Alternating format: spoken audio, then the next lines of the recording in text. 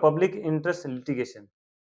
यानी दोस्तों पीआईएल वो संवैधानिक अधिकार है जिसमें कि हम अपने मूलभूत अधिकारों की रक्षा कर सकते हैं और जो बुनियादी मानव अधिकार हैं उनके बारे में हमें अवगत होना चाहिए और बुनियादी अधिकारों की रक्षा हम कर सकते हैं पीआईएल के जरिए।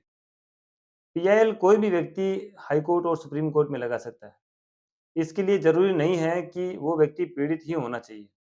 अगर आपको लगता है कि कोई मामला लोकहित से जुड़ा हुआ है या सामाजिक न्याय या फिर लोगों के स्वास्थ्य सुरक्षा और उनके न्याय से संबंधित कोई ऐसा मामला जुड़ा हुआ है जिसमें लोगों को हानि पहुंच रही है और लोगों को उनके अधिकारों से वंचित किया जा रहा है या लोगों के जीवन पर जो संकट पैदा हो गया है किसी वजह से, तो इस तरह की जब स्थिति समाज में पैदा होती है तो आपको वहां पे खड़े होने की जरूरत है।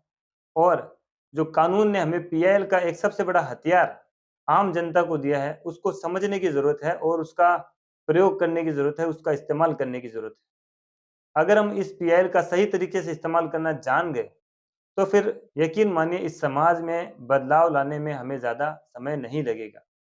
बहुत सारे लोगों का हम फायदा पहुंचा सकते हैं। समाज के एक बड़े तबके को इतना बड़ा फायदा पहुंचा सकते हैं कि उसके आने वाली पीढ़ियां और उसके आने वाली जो संतानें हैं उनके लिए भी जो है उन अधिकारों को हम सुरक्षित कर सकते हैं, उनके जीवन को सुखमय बना सकते हैं। तो दोस्तों सबसे पहले मैं बात करूंगा कि कौन व्यक्ति पीआईएल फाइल कर सकता है। देखिए इसके लिए जरूरी नहीं है कि कोई व्यक्ति पीड़ित हो तब ही पीआईएल फाइल कर सकता है। पीआईएल फाइल करने के लिए आपको उस मामले की सिर्फ और सिर्फ जानकारी होनी चाहिए, वो भी संपूर्ण। अगर आपको उस मामले की संपूर्ण जानकारी है तो आप हाई कोर्ट में और सुप्रीम कोर्ट में जहां भी आपको अच्छा लगे आप पीआईएल फाइल करके अपने जो है केस फाइट कर सकते हैं। और पीआईएल फाइल करने के लिए दोस्तों आपका वहां पर जाना भी जरूरी नहीं है। कई बार जब हाई कोर्ट और सुप्रीम कोर्ट को लगता है कि इस तरह के मामले में जब वो अखबारों से पढ़ते हैं या टीवी न्यूज़ से उनको जब पता चलता है कि जहाँ कहीं पर किसी वर्ग या किसी विशेष समाज के लोगों का या किसी बहुत बड़े तबके का इस तरह से उसके अधिकारों का हनन हो रहा है या ये सुविधाएं उनको मिल नहीं रही है या इस तरह की जो है सुविधाओं से या इस तरह के अधिकारों की रक्षा करने से उनको समाज में एक अलग स्थान प्राप्त हो सकता है, तो हाई कोर्ट स्वयं और सुप्रीम कोर्ट स्वयं संज्ञान लेकर पीआईएल फाइल कर सकता है और उसमें आदेश कर सकता है। तो दोस्तों सबसे पहले जानिए कि पीआईएल फाइल कहाँ होगी। हाई कोर्ट में हाई कोर्ट में 226 आर्टिकल और सुप्रीम कोर्ट में 32 आर्टिकल के तहत पीआईएल फाइल कर सकते हैं। और इसकी प्रक्रिया क्या होगी? देखिए प्रक्रिया आपको पता चलेगी, लेकिन उससे पहले आपको पता ये होना चाहिए कि आपको उस केस में करना क्या है। आप किस अधिकारों और किन जो है मामले में सुरक्षा लेना चाहते हैं आप हाई कोर्ट और सुप्रीम कोर्ट से पीआईएल के जरिए।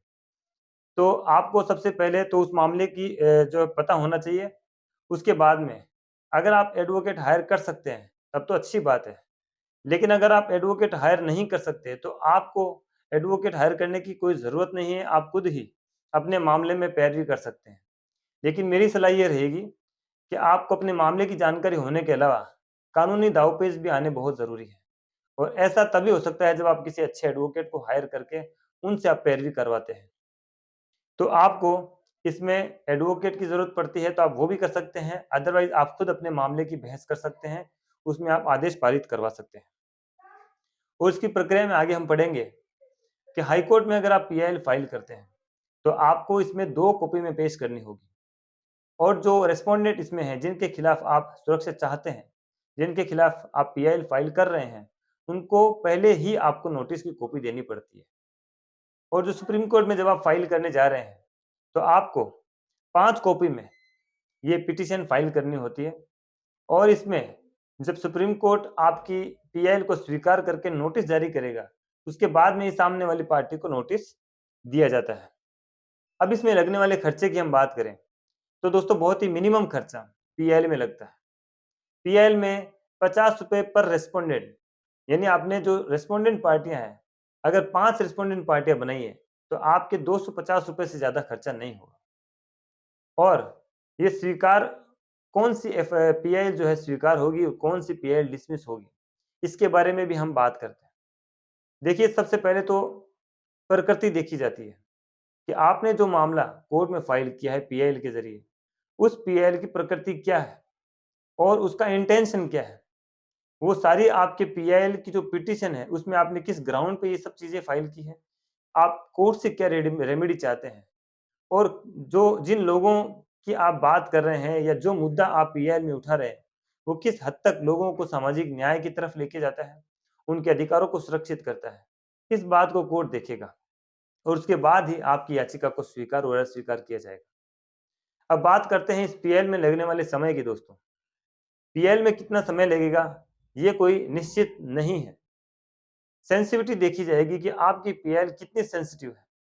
अगर वो ऐसी है कि आज आपने पीएल फाइल की और उसको कल ही सुनवाई पे रख के उसमें कल ही ऐसा कोई आदेश पारित करना ज़रूरी है, जिसमें कि लोगों को एक बार इंटरिम रिलीफ दी जा सके, तो सुप्रीम कोर्ट और हाई कोर्ट ऐसे आदेश भी पारित करते हुए देखे गए। कई मामलों में जहाँ पे अर्जेंसी को देखा गया है और उस अर्जेंसी को देखते हुए मामले को जल्दी सुनवाई पे लेके उसमें तुरंत आदेश पारित किए गए हैं। दोस्तों, उम्मीद करता हूँ कि पीएल से संबंधित काफ़ी सारी बातें आपको समझ में आई होंगी। पीएल कौन फाइल कर सकता है, कहाँ फाइल कर सकता है और फाइल किस तरह से की जाती है, उसके एडमिट होने के कितने चांसेस होते हैं और उसमें अर्जेंसी हो तो फिर आपको किस तरह से उसमें डील करना है। लेकिन दोस्तों, ये सब चीज़ें तो मैंने आपको बता दी, लेकिन मुद्दा यही है कि पीएल आप देखिए कि हज़ारों पीएल हर साल फाइल की जाती है। उनमें से कई सारी पीएल रिजेक्ट भी होती है और कईयों को एडमिट किया जाता है। तो एडमिटेबल स्थिति वही होती है तब जब आपकी पीएल का उद्देश्य वो हो जहाँ पे आप लोगों के अधिकारों की बात करें, सामाजिक सुरक्षा, न्याय और विधान की बात करें। तो जब ऐसी स्थिति होती है, तो वहाँ पे आपकी पीएल स्वीकार करने के काफ़ी ज़्यादा चांसेस होते हैं। तो जब भी आप पीआईएल फाइल करें दोस्तों, तो आप खुद फाइल कर सकते हैं, आप पोस्ट कार्ड के ज़रिए फाइल करवा सकते हैं, आप किसी एडवोकेट के ज़रिए बहस कर सकते हैं और अगर आप चाहें तो खुद भी उसमें बहस करके उसमें ऑर्डर करवा सकते हैं। तो दोस्तों, बने रहिए हमारे चैनल पे। वीडियो अच्छा लगा तो इसको लाइक करें, शेयर करें और ख़्याल रखिए, सुरक्षित रहिए। तब तक के लिए जय हिंद।